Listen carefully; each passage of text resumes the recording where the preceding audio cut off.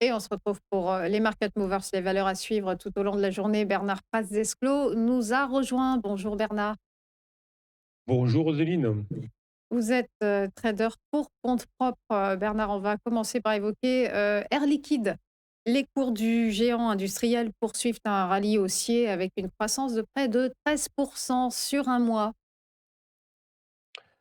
Exactement, et en fait, on en avait parlé il y a déjà quelques semaines où je vous indiquais qu'on était en train potentiellement de rentrer dans une zone intéressante, une zone d'ancienne résistance, hein, les fameuses inversions de polarité.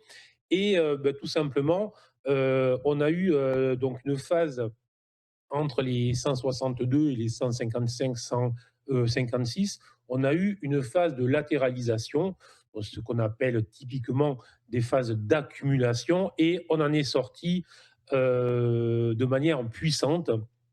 Il y a maintenant quelques jours, en accélération avec du volume, et tout cela a été confirmé en fait en fin de semaine dernière, jeudi exactement, euh, vendredi, pardon, avec les résultats.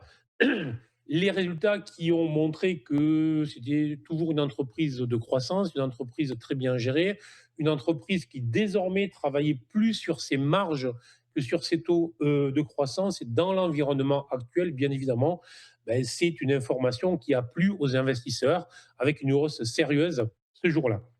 Donc, tout simplement, on est sur une action qui est en train de rebondir sérieusement, une action qui, en plus, s'est affranchie d'une oblique baissière qui la maintenait sous pression.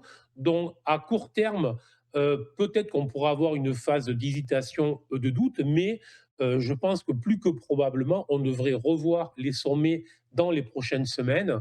Donc, il faut viser la zone des 185-186 euros d'ici à quelques semaines.